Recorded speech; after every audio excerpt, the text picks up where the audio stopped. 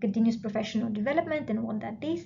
And then we're also going to look at the role of reflective practice that is used in continuous professional development, right? Because reflection, self-reflection is a key part of developing yourself. And if you see the definition here, reflective practice is learning through and from experience towards gaining new insights of self and practice, which then will allow you to develop. So this unit is very much about you and your own practice in your role, okay? So of course, we are going to be talking about the various benefits associated with education and associated with using reflective practice in your role. Of course, it helps you improve your personal performance, training delivery style.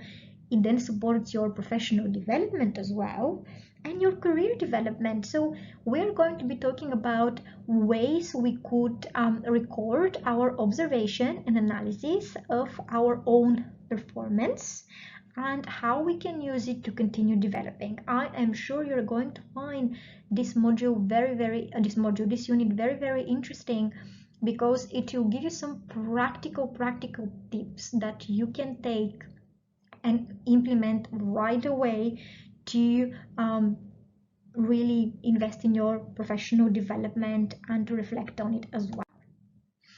And then we are also going to, as I said, think about some of those, let's call them like journals, templates, and means you can use so that you can practically, in practical terms, implement all that we have discussed during this unit.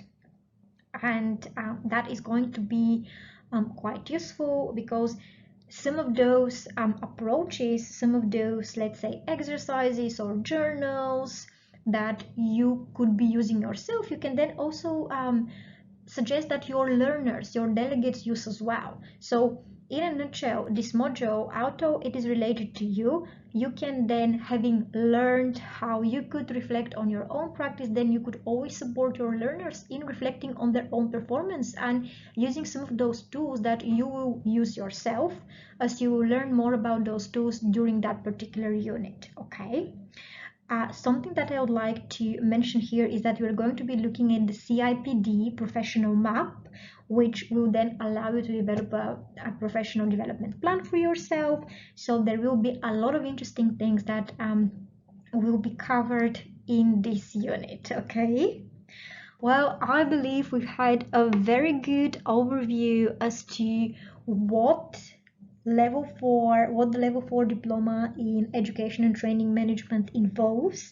Again, I would like to mention that this is just a very brief, I know it doesn't sound brief, because we've been here, I've been talking about what we're going to be covering for probably an hour now, but it is still rather brief compared to the level of detail that you are going to be exposed to when it comes to the actual diploma, and how it is going to prepare you to enter the sector of education and training as well, okay? So let's have a recap. Again, I hope you found this overview session useful, and if there are any questions, just reach out.